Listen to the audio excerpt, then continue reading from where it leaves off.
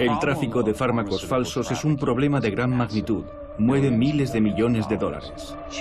Tenía una expresión de pánico y estaba vomitando sangre en el fregadero.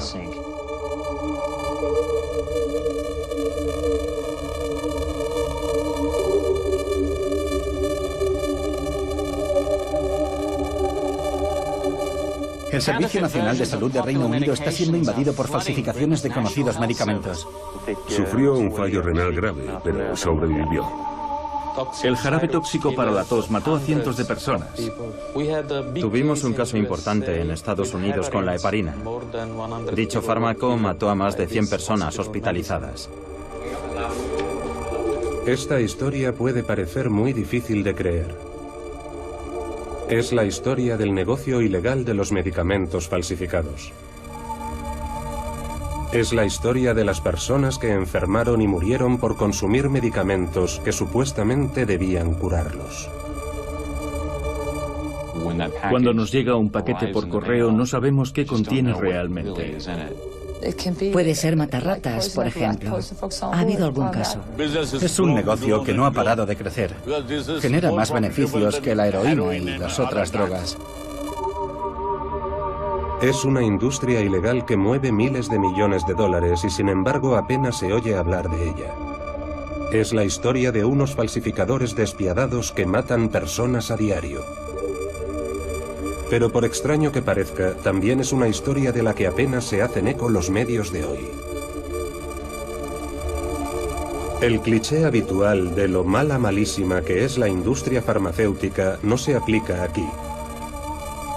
En este caso, las firmas farmacéuticas están en el bando de las víctimas. Y hasta la era de Internet, solo era una de tantas historias aterradoras que nos llegan de los países en desarrollo.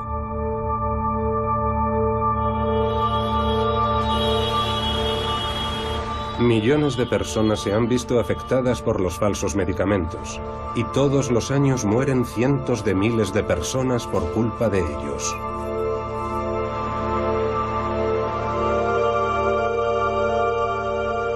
Esta es la historia de las personas que trabajan sin descanso día y noche para combatir uno de los negocios criminales más rentables de nuestros tiempos.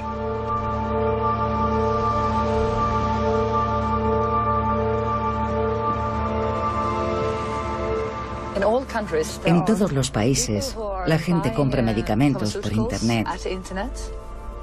Y una parte importante de los medicamentos que compran son falsos. Pueden ser comprimidos de azúcar, pero también pueden ser muy peligrosos para la salud.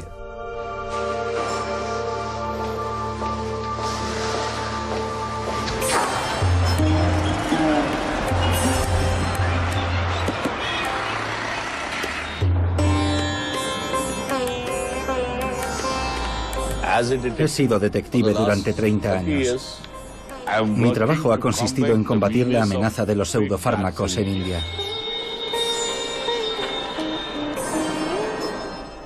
Llevo a cabo entre 8 y 10 redadas cada año. Los fabricantes de medicamentos falsos son asesinos. Son peores que asesinos. Porque cuando alguien intenta asesinarte, lo sabes porque lo tienes delante. Pero en este caso, ni siquiera sabes que hay alguien que está intentando asesinarte. Los que asesinan a la gente con sus pastillas falsas son asesinos invisibles. Y lo hacen solo por dinero.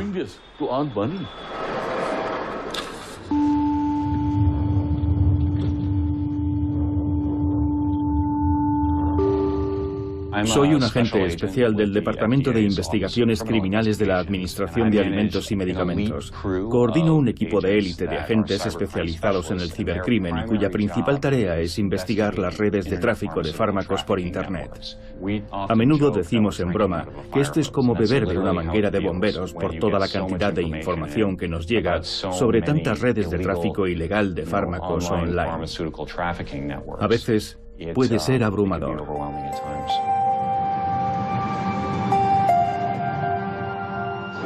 Nuestra madre se puso enferma un día por tomar un medicamento.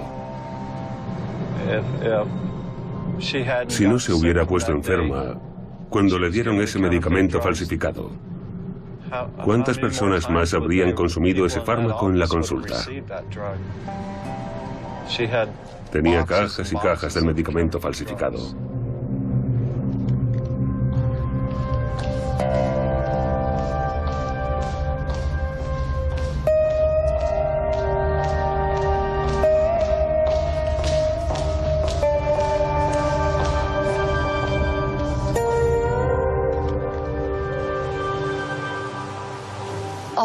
La gente me pregunta a menudo, ¿quién compra en Internet? ¿Quiénes son? Deben ser delincuentes, ¿no? Pero no, es gente normal. Y es fácil.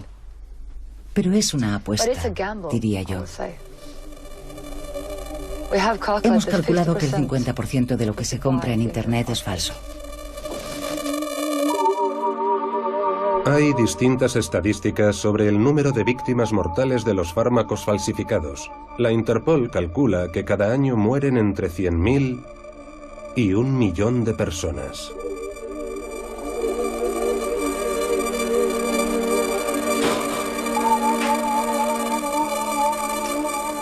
Llevamos 245 investigaciones de momento. No está mal. Cecilia Fant trabajó durante muchos años de policía federal en Suecia. Se especializó en las drogas y los medicamentos ilícitos. Hace unos años, la Interpol la fichó para coordinar la lucha global contra los medicamentos falsificados. Si te fijas en las páginas web, parecen muy profesionales. Tienen fotos de médicos y enfermeras y te dices que deben de ser medicamentos hechos en laboratorio. Pero detrás de todo esto puede haber un garaje, un lugar sucio. Para que la pastilla dé el pego, pueden meterle de todo. Puede ser matarratas, por ejemplo. Ha habido casos. Y toda clase de abrillantadores, porque las pastillas tienen que tener un aspecto lustroso. Están recubiertas de una capa especial que puede ser cualquier cosa. Abrillantador de coches, abrillantador de suelos, lo que sea. Esas sustancias contienen toda clase de metales pesados que pueden provocar cáncer. Pueden matar a la gente. Entornos estériles e higiénicos, maquinaria limpia, profesionales con máscaras. Esta es la clase de sitio donde queremos pensar que se elaboran nuestros medicamentos.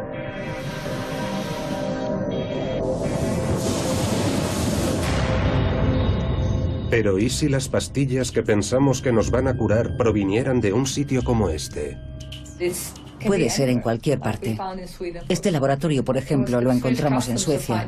Lo encontró el servicio sueco de aduanas. Tenían una máquina para hacer pastillas. Por allí pasó toda clase de gente. Yo estuve allí. La policía estuvo allí. Estaba muy sucio y había muchísimo polvo. Había diferentes tipos de cubos con polvos. Usaban una batidora de cocina. Es una prueba de que puede pasar en cualquier sitio. A veces me quita el sueño por la noche. Es un problema enorme. Les voy a dar un ejemplo. Mi propio suegro compraba en una farmacia online canadiense. Mi hermana decía que le parecía bien comprar en este tipo de sitios online. En Estados Unidos, la mayoría de la gente cree que si entra en una web con una hoja de arte, donde el personal es canadiense o se hace pasar por canadiense, los medicamentos vienen realmente de Canadá. En la mayoría de los casos, no es así. Aunque las víctimas de los pseudomedicamentos se cifran en millones, nos ha costado mucho encontrar a alguien que estuviera dispuesto a hablar frente a una cámara. Cuando estás enfermo no sospechas que el medicamento que tomas para curarte va a empeorar tu estado, hasta que una paciente se envenenó. Unos agentes especiales llevaron a cabo una redada en una consulta médica de Arizona. La vida de 2 hermanos cambió drásticamente. Este caso está relacionado con la falsificación de un medicamento para el cáncer, el Avastin. En realidad, el caso empezó con una víctima, una mujer llamada Betty Hunter. Fue a una clínica oncológica y tuvo una reacción adversa al Avastin. Y entonces descubrimos que no era Avastin. En la etiqueta ponía Altuzan, que es la versión turca. Pero descubrimos que no contenía el ingrediente farmacológico activo, contenía solo agua de grifo y moho.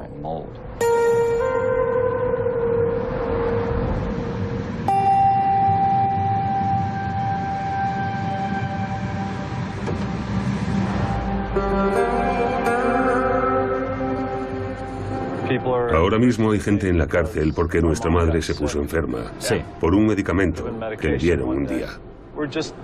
Solo somos una de tantas familias afectadas. Probablemente haya millones de familias. Cuando vas al médico le tienes que hacer esta pregunta. ¿Los medicamentos que me va a dar son falsificaciones?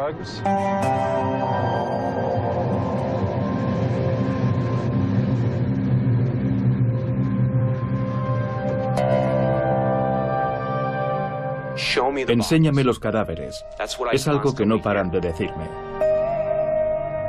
Si de verdad las farmacias online son un problema tan importante, enséñame los cadáveres, Dan. Y yo pregunto, ¿qué cadáveres? Por lo general la gente no tiene una muerte fulminante cuando toma un fármaco que no posee el efecto terapéutico deseado. ¿Acaso no hemos aprendido nada de la historia? ¿De tantos años de experiencia de la sanidad pública? Esta es Betty Hunter. Betty padecía un cáncer de pulmón. La señora Hunter acudió a una clínica de hematología y oncología en Chandler, Arizona, para recibir una infusión intravenosa de lo que creía que sería Avastin, un fármaco que ya había consumido con anterioridad. Poco después, la señora Hunter empezó a temblar y a tener fiebre y náuseas. La enfermera anotó en su diario: la paciente está muy agitada, le tiemblan las manos y tiene la cara congestionada. He informado a la doctora y detenido la infusión. Me llamo David Lehan y él es mi hermano Chris. Nuestra madre falleció. La mayor parte de los fármacos contra el cáncer que recibió eran auténticos. Sin embargo, la Administración de Alimentos y Medicamentos nos informó de que había sido víctima de unas sustancias estupefacientes falsificadas. De unos fármacos falsificados. Gracias. Esta es la casa de nuestra familia. Nuestros padres la construyeron con la ayuda de unos amigos hace 44 años o así. Y todavía es propiedad de la familia. Nuestro padrastro Paul Hunter sigue viviendo aquí. ¿Qué hay, Paul? Era mi cumpleaños y mi madre me dio una cajita y la abrí. Estábamos en febrero. Eran fotos mías de cuando era un bebé. Me di cuenta de que algo iba mal. Fue en ese momento cuando nos dio la noticia de que le habían diagnosticado un cáncer de pulmón. Nuestra madre había estado investigando y oyó cosas buenas sobre esta doctora. Decidió que iría a su consulta para seguir el tratamiento. Ellos se mostraron muy optimistas porque su cáncer no había llegado a extenderse. Así que nosotros también éramos optimistas. Entonces le recomendaron Avastin, que supuestamente era el fármaco ideal para combatir ese tipo de cáncer.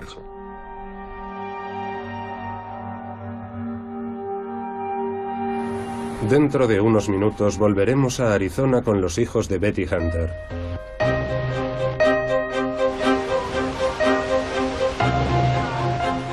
La Interpol nos ha autorizado a filmar dentro de su fortaleza, el centro de mando de su cuartel general en Lyon, Francia.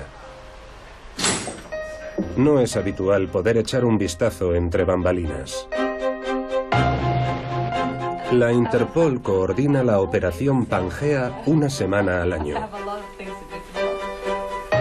Durante esta operación, la policía, los servicios de aduanas y las autoridades sanitarias de más de 100 países lanzan un ataque sorpresa contra los negocios ilegales de pseudomedicamentos de todo el mundo. Durante esta semana los servicios de aduanas hacen incautaciones en las fronteras. La policía realiza detenciones y rastrea las webs que venden medicamentos falsos. También están involucradas las autoridades reguladoras y sanitarias. Algunas tienen poderes ejecutivos y realizan el mismo trabajo que la policía. Todos los países nos envían información sobre lo que están haciendo durante esa semana.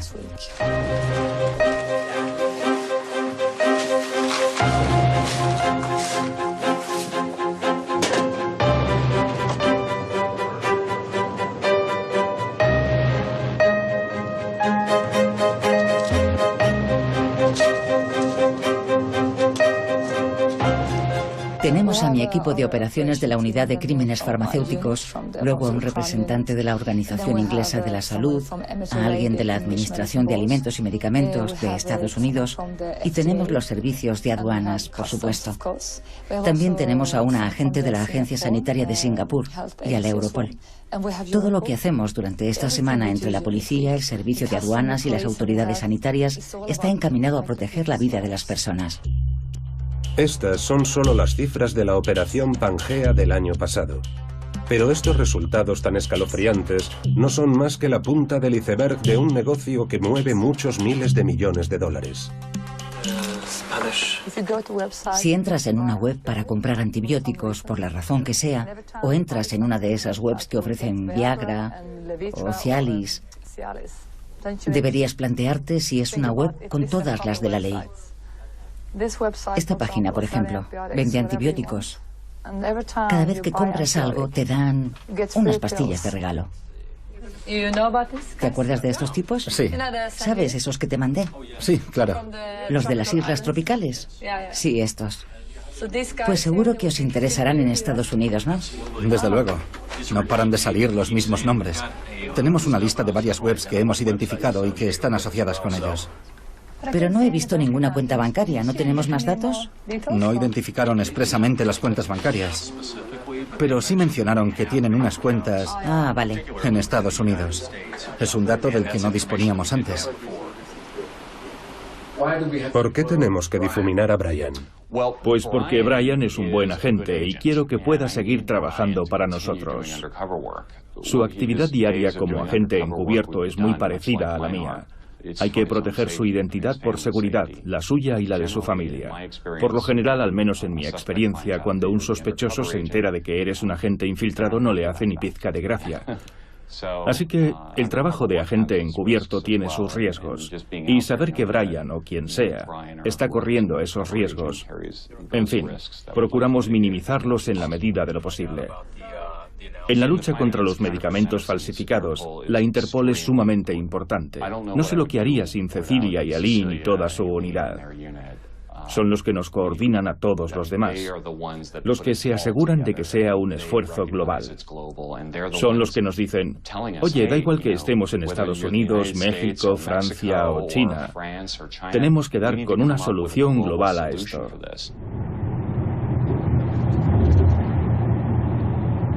En una investigación reciente, los clientes eran de Estados Unidos. Los servidores de las páginas web estaban en Estados Unidos y en Europa. Los procesadores de pagos en Costa Rica y en Europa, realizando operaciones bancarias con países como Chipre, Israel o Hong Kong.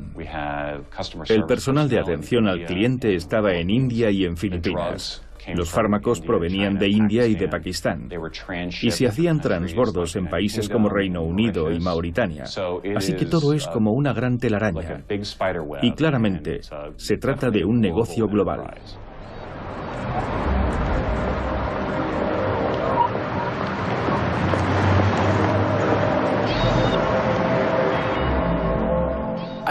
Creo que lo peor que podría pasarle a la industria farmacéutica sería que los consumidores dejaran de confiar en los medicamentos que se venden en las farmacias.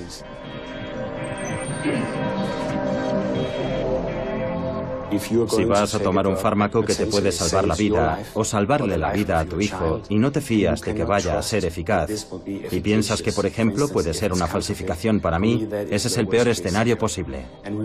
Y nosotros colaboramos en muchos frentes para asegurarnos de que no suceda eso. La FPA es la Federación Europea de Industrias y Asociaciones Farmacéuticas. Buenos días, Sorem. Desarrollar un nuevo fármaco entraña un esfuerzo considerable. Por lo general, lleva entre 5 y 10 años, y hay que atravesar diversas fases de pruebas clínicas para demostrar que es eficaz y seguro, de tal forma que el consumidor pueda fiarse realmente de que es un fármaco de calidad, homologado. En cambio, si eres un falsificador, básicamente te basta con fabricar una caja y una pastilla. Y la pastilla puede ser de cualquier cosa. Básicamente eso es todo lo que tienen que hacer y eso no cuesta demasiado. Mientras que, por ejemplo, si quieres elaborar un medicamento partiendo de cero, el precio de salida es de $1.000 millones. Esa gente gana exactamente el mismo dinero vendiendo fármacos falsificados que si vendiera o traficara con heroína. Así que no importa demasiado de qué medicamentos estamos hablando. Básicamente todos los grupos, todas las clases, son susceptibles de ser falsificados. Y como los beneficios son inmensos, están en todas partes. Cuando lanzamos la operación Pangea, adoptamos diferentes enfoques. En Asia, por ejemplo, y en África hay farmacias que no son reales. Y por supuesto los delincuentes se aprovechan de ello. Solo piensan en el dinero. Les da igual que la gente se esté muriendo y puede ser muy caro comprar los medicamentos legales en los hospitales. Muchos prefieren ir a comprarlos a una caseta cualquiera. Medicamentos para sus hijos. Medicamentos falsos que los matan. Yo viajo mucho. Hace poco estuve en Asia y me puse muy enferma, pero me daba mucho miedo ir a una farmacia porque no estaba segura de que me fueran a dar el medicamento correcto. Y eso que yo era una turista. Imagínese vivir en un país en el que no se puede uno fiar de las farmacias normales. Y lo que sucede en estos países también sucede en Europa. Sucede en todos los países. Esta redada policial en Vietnam es el resultado de una investigación llevada a cabo por un detective que trabajaba para la industria farmacéutica. La policía incautó cajas y cajas de comprimidos falsos en un pequeño apartamento. ¿Qué está pasando? Enseguida lo vas a ver. ¿Sabes lo que es esto? No, no lo sé. ¿Cómo puede ser que no lo sepas? Solo sé que son unos medicamentos. ¿Qué hacen? Esta historia nos condujo a otro investigador privado en India que se dedica a rastrear criminales que fabrican medicamentos falsos. Nos estamos dirigiendo a Aligarh. Es una pequeña ciudad cerca de Delhi y uno de los principales mercados para la distribución de medicamentos falsos. Uno de mis informantes me ha prometido darme unas muestras hoy. Hemos venido a recabar información sobre un medicamento falso. Nos enteraremos de los nombres de las marcas. Una parte importante de los fármacos falsos que se venden a nivel mundial se produce en India. Suresh Sati es un investigador privado que trabaja para las firmas farmacéuticas. Rastrea muestras de medicamentos falsos y contacta con las compañías mencionadas en los envases. Luego firma un contrato con la compañía farmacéutica para investigar la organización que se encuentra detrás del pseudofármaco.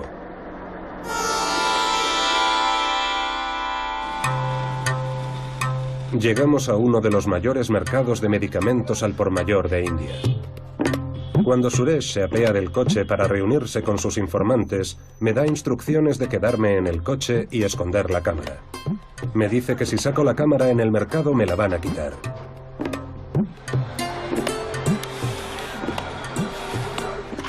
Suresh regresa con las muestras del medicamento falso que le han comprado sus empleados. Es un analgésico. Boveran SR, de Novartis. Mira, por el blister, nadie diría que es falso. Es verdad que hay alguna diferencia en la caja, pero es insignificante. Solo puede percibirlas un experto. Si no, para un consumidor normal, no hay ninguna diferencia. Mira la caja. Todo está bien impreso. Hasta el holograma. Hasta el adhesivo que usan para sellar la caja tiene impreso el logo de Novartis. Aquí viene el número de la partida y la fecha de fabricación. Para el consumidor medio, no hay forma de saber que es falso. Ahora vamos a intentar averiguar de dónde viene y quién es el fabricante.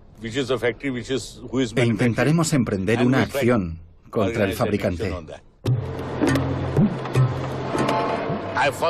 La primera vez que vi una pastilla falsa fue en 1982. Desde entonces he visto que la industria no ha parado de crecer. Es más rentable que la heroína y otras drogas. En los años 90 descubrimos que también se estaba exportando. Los que nos venden sus productos en nuestro país son gente conocida,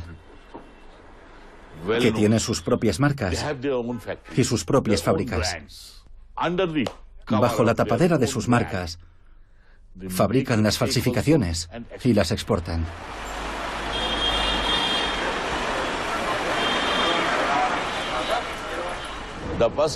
El fabricante produce la pastilla en un sitio, el embalaje en otro sitio, envasa el producto en los blisters en un tercer sitio y hace empaquetar el material en un cuarto sitio. Para cuando organizan la redada, muchas veces el material ha cambiado de manos. Tienes que ir a otra jurisdicción y a otra comisaría. Para cuando te organizas allí, el material se ha movido a un tercer lugar. Y penetrar en esos círculos y obtener información del modus operandi diario de esa gente es muy peligroso. Puedes tener a un agente infiltrado en uno de esos lugares, pero te quedas sin tener información del segundo lugar. Tus 6 meses de duro trabajo no han servido para nada.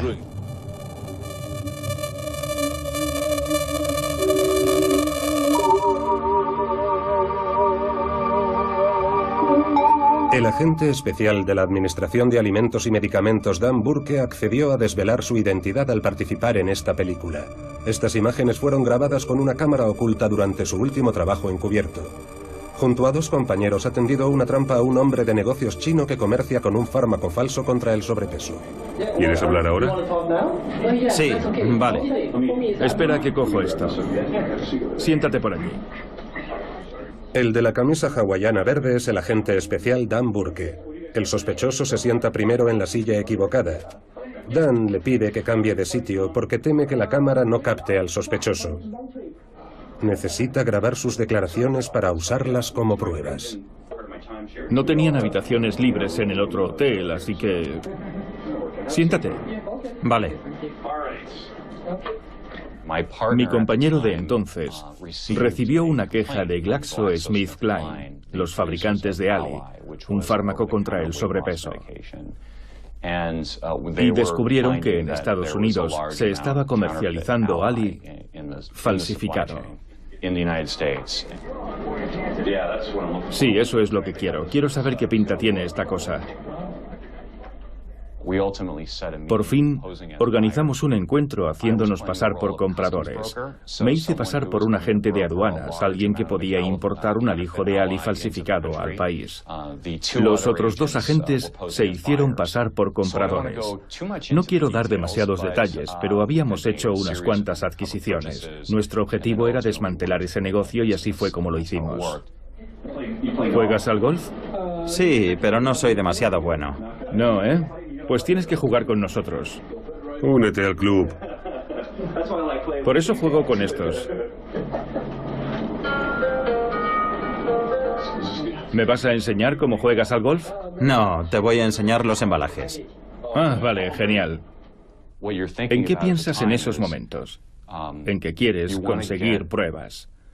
Quieres conseguir la información que le demostrará a un jurado que hemos dado con el responsable. Tengo un sitio en Pekín. Vale, ¿me puedes dar la dirección? Le estoy haciendo preguntas para que corrobore una serie de datos que yo ya conozco de la persona, solo para asegurarme de que es la persona correcta y así comprender el grado de implicación del sospechoso en un entorno en el que está dispuesto a hablar.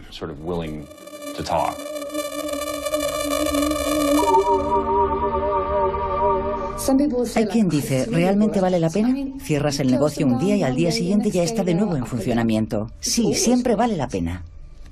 Tenemos que ponérselo lo más difícil posible.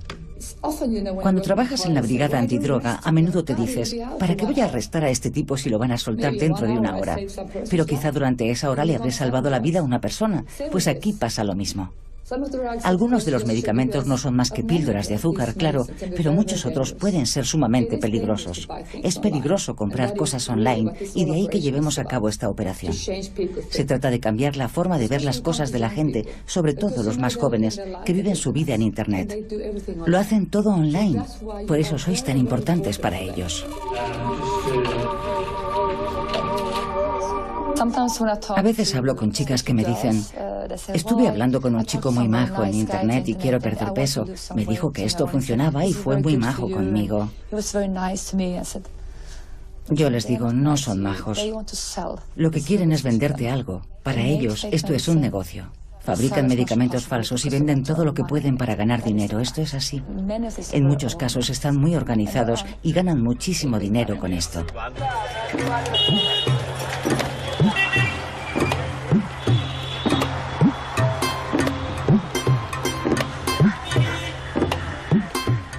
Mira, esto es una redada que hicimos en Lucknow.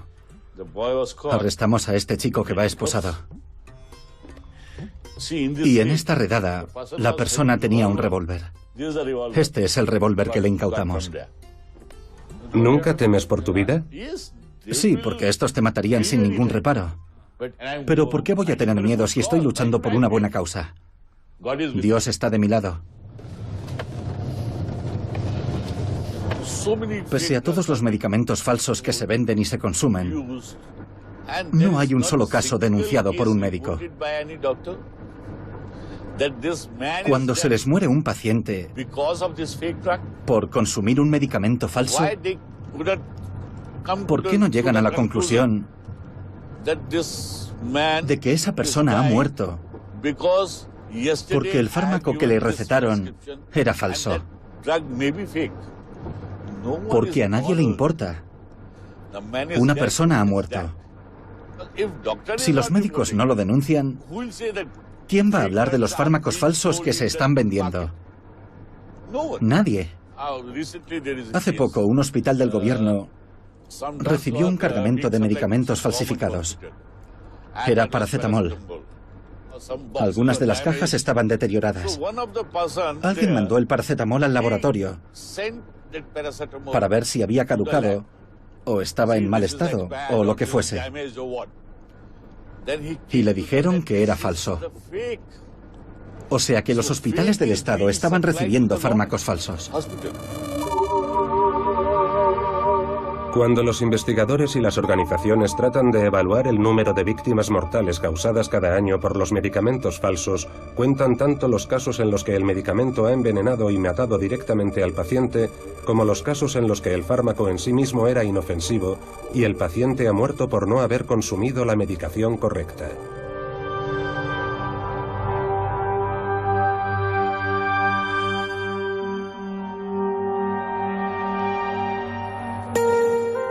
Sus escáneres estaban mejorando. Su tumor estaba encogiendo, así que en la familia pensábamos que habíamos ganado algo de tiempo. No parecía demasiado preocupante, así que siguió haciendo vida normal. Iba a las bodas y los cumpleaños. Hacía como si no estuviera enferma. Hasta que un día mi madre tuvo una reacción. Se puso mala mientras le hacían una infusión intravenosa de su medicación. Ya había recibido múltiples dosis de ese medicamento y nunca jamás había tenido problemas. Pero ese día le entraron escalofríos, tuvo vómitos, calambres y le aumentó la fiebre. La enfermera que le estaba realizando la infusión llamó al proveedor del medicamento en Canadá para preguntar qué había que hacer, porque nunca había visto nada igual. Así fue como se hizo esa llamada, y la Administración de Alimentos y Medicamentos supo de los medicamentos que recibió nuestra madre ese día. Habían pinchado el teléfono del proveedor en Canadá. La Administración de Alimentos y Medicamentos hizo una redada en la consulta de la doctora 2 semanas más tarde e incautaron los medicamentos de sus botiquines. Descubrieron que estaban compuestos de agua y moho.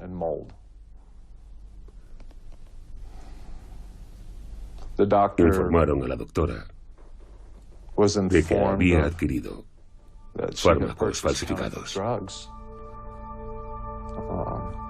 Nuestra madre seguía viva. Seguía yendo a la consulta de la doctora, pero nadie nos dijo nada.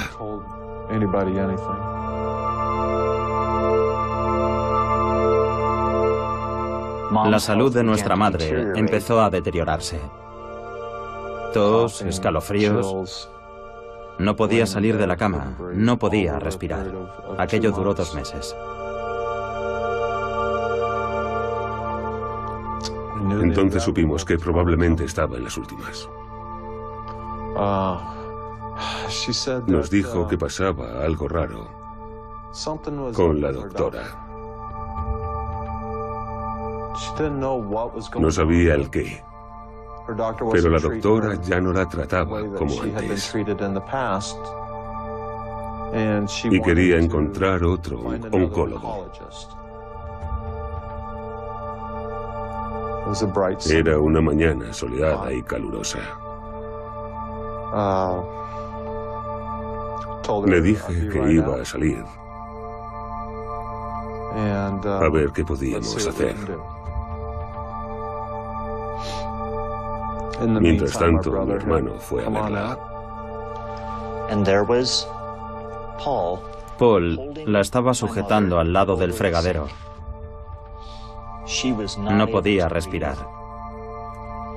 Tenía una expresión de pánico y estaba vomitando sangre en el fregadero. La ventana de la cocina era su fuente de inspiración cotidiana. Le encantaba contemplar su jardín, así que tiene sentido que ocurriera precisamente allí.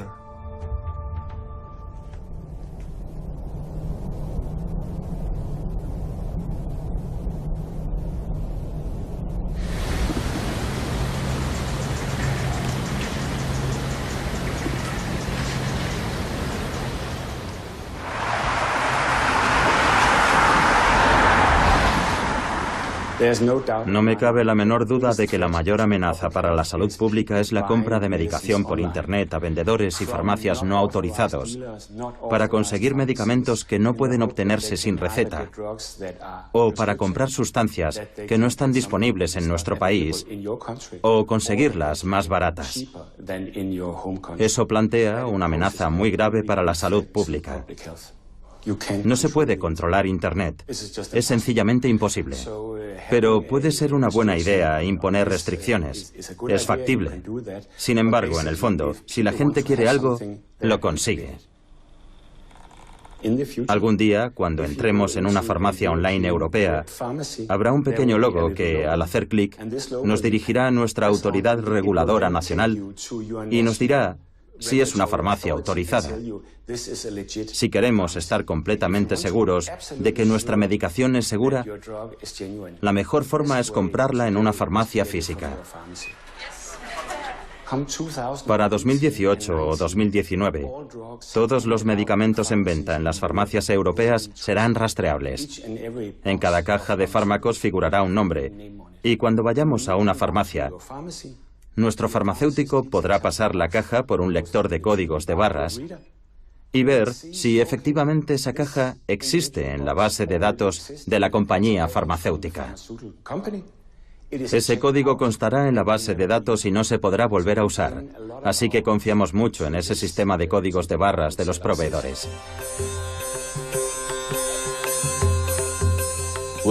Tenemos informantes por todo el país.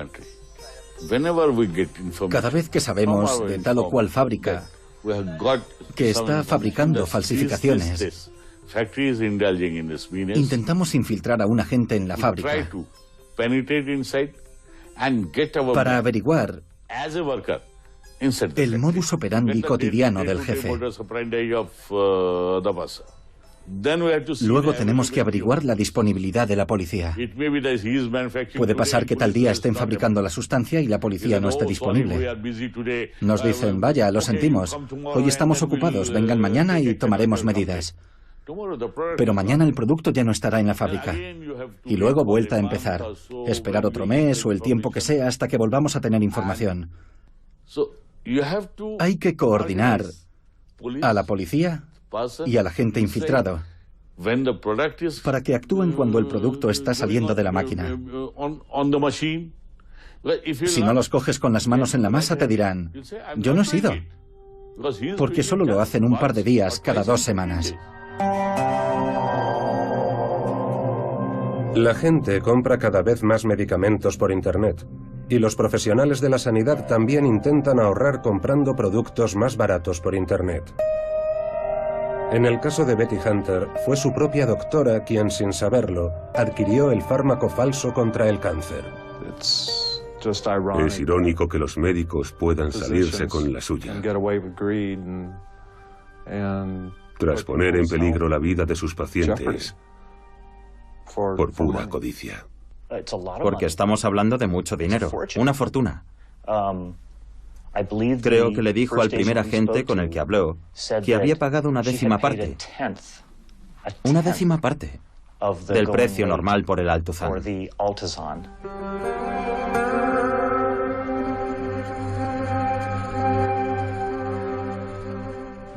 De haberlo sabido, evidentemente habríamos llevado a nuestra madre a otro sitio, faltaría más. Pero no sabíamos nada. Pensamos que simplemente había tenido una reacción en esa ocasión. La denunciamos ante el Colegio Médico del Estado de Arizona. David se puso en contacto con los 2 agentes de la Administración de Alimentos y Medicamentos en San Luis y nos dijeron que habían arrestado a 2 turcos que vendían medicación falsificada a Canadá y a través de Canadá a Estados Unidos. Se ganan la vida matando gente en la otra punta del planeta. Las cosas como son. No tienen conciencia. No tienen el menor escrúpulo. No les importa un carajo una mujer de Arizona. Les da lo mismo que sea vulnerable, que esté enferma y necesite ese medicamento para vivir. La condena fue una catarsis. Por fin, conseguimos que se hiciera justicia. Primero pensamos que nuestra madre había muerto por causas naturales. Luego descubrimos que su muerte había sido más complicada. Se habló de un envenenamiento. Así que fue un alivio ver que por fin alguien tomaba cartas en el asunto. Algo tan concreto y tangible como la imagen de esos 2 hombres esposados mientras los llevaban a la cárcel.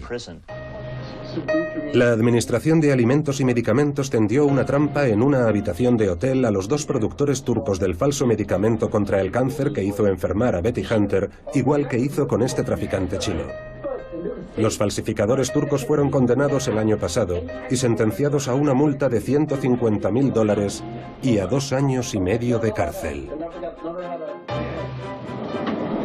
Quiero asegurarme. ¿Alguien se puede poner malo por tomar esto? Supongo que no todo el mundo, pero nadie sabrá que esto te lo he comprado a ti, ¿verdad? Nadie. Vale, porque esto es ilegal en Estados Unidos. Y yo voy a tener que dar la cara, así que tendrías que estar dispuesto a marcar las cajas como yo te diga. Tenemos que tener un plan para marcar esas cajas por fuera, ¿vale? O sea, ¿que a ti te da lo mismo? Sí, dime lo que tengo que hacer. Tras unas 2 horas de conversación, di una señal para proceder al arresto. En cuanto a las cajas, creo que por fuera debería poner arroz. Una vez di la señal, los agentes que estaban esperando en una habitación adyacente entraron para llevar a cabo el arresto. Así que habían pasado 8 o 9 meses desde el momento en el que recibimos la queja del fabricante. O sea que fue una investigación relativamente rápida. Algunas van rápido, otras tardan años en desarrollarse. Creo que fue condenado a 7 u 8 años de cárcel. En otros casos he visto sentencias que eran sencillamente ridículas, casos en los que me sorprendió la sentencia. Los fármacos falsos dan más dinero que la heroína y otras drogas. Y además entrañan menos riesgo. Si te pillan vendiendo heroína, te tratan como un traficante. La policía no se anda con chiquitas. Te caen 10 años, 20 años. Pero en el caso de los medicamentos falsos te dicen, hay que ver si son falsos o no. Vamos a llevarlos al laboratorio. Si no, es un caso de violación de la propiedad intelectual. Ha usado la marca de otra compañía. En muchos países, la pena por producir fármacos falsos es más o menos la misma que la que le cae a un fabricante de Rolex o bolsos de Gucci falsos. He trabajado en el departamento antidroga durante muchos años. Para mí los fármacos y los estupefacientes son lo mismo, son drogas. Sin embargo, desde el punto de vista de la ley, las sentencias que le caen a uno cuando lo arresto son muy diferentes.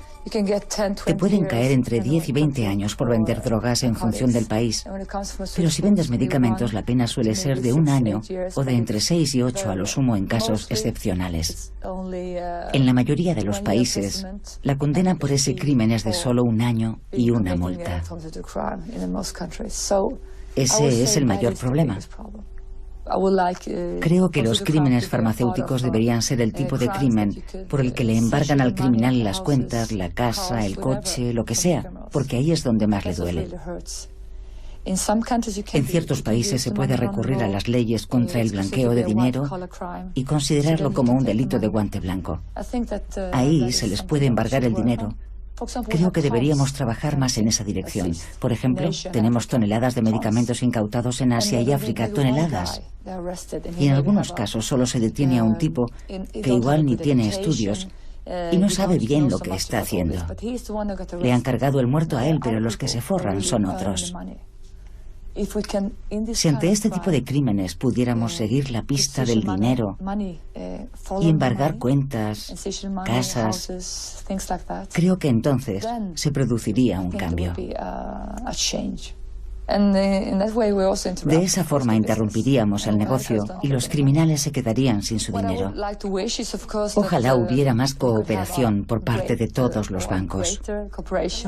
Evidentemente, hay países en los que no están demasiado dispuestos a colaborar con nosotros o tienen un sistema bancario opaco y los criminales pueden esconder su dinero. Para mí eso sería lo ideal, claro. Ojalá hubiera más cooperación por parte del sector privado, de las compañías que, digamos, controlan Internet, los registradores de nombres de dominios, los proveedores de servicios, la ICANN. Ojalá entendieran que ellos también desempeñan un papel en este mercado global y tienen una responsabilidad. Ojalá nos escucharan cuando les decimos que hay una página web vendiendo un producto ilegal y les pedimos que la bloqueen. Pero no siempre lo hacen. En la mayoría de los casos se niegan.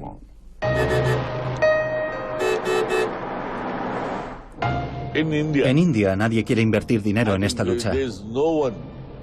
Ni siquiera las compañías.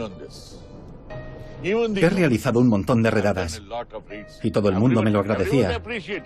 Glaxo me lo agradecía, Pfizer me lo agradecía, Abbott me lo agradecía. Pero a veces pienso que estas compañías solo están interesadas porque están usando sus marcas. Si su marca no está en juego, no les importa. Solo les preocupa su marca. No el que haya un fármaco falso en el mercado que pueda matar a alguien. Solo hay entre 8 y 10 intermediarios a lo sumo, que son los verdaderos peces gordos del negocio de los pseudofármacos. Y hay más de 25 compañías farmacéuticas cuyos productos están siendo falsificados. Si esas 25 compañías se pusieran de acuerdo y crearan un fondo para atrapar a esas 9 personas, sería muy sencillo. En un año o así, podríamos pararles los pies. El problema podría reducirse en un 95%. Yo conozco todos los lugares, conozco a todo el mundo. Conozco su modus operandi. Sé cómo lo hacen y dónde venden sus productos. Pero sin la ayuda de las compañías farmacéuticas, no se puede hacer. La industria farmacéutica combate el negocio de los medicamentos falsificados de distintas maneras. La mayoría de las grandes compañías invierten millones de dólares en la lucha contra las falsificaciones, pero suele ser complicado conseguir la cooperación de las empresas rivales. Cuando encuentras un depósito con un alijo de falsificaciones, suele haber toda clase de productos, de Pfizer, de Novartis, de AstraZeneca, todo el ramo. No sé si estas operaciones siempre se hacen de manera coordinada, pero sería lo ideal. Y no siempre es el caso. Todas las compañías farmacéuticas intentan rastrear y combatir los fármacos falsificados por su cuenta, pero se puede decir que podrían colaborar más. Por ejemplo, el grupo del que formo parte, la Federación Europea de Industrias y Asociaciones Farmacéuticas, consigue coordinar a todas las compañías. La operación Pangea de este año ha concluido y la presión a la que está sometido el negocio de los fármacos falsos ha vuelto a la normalidad. En muchos países, la legislación vigente es de antes de Internet. No siempre tienen la posibilidad de cerrar una web. Creo que todos los países deberían tener esa posibilidad. Las farmacias online son mucho más difíciles de regular que las farmacias normales. En cuanto cierra una web, aparece otra nueva en Internet. No pretendo regular Internet. Creo que debería regirse por el libre albedrío de la gente. Pero las farmacias online venden pastillas nocivas que matan a la gente. Y hay que regularlas.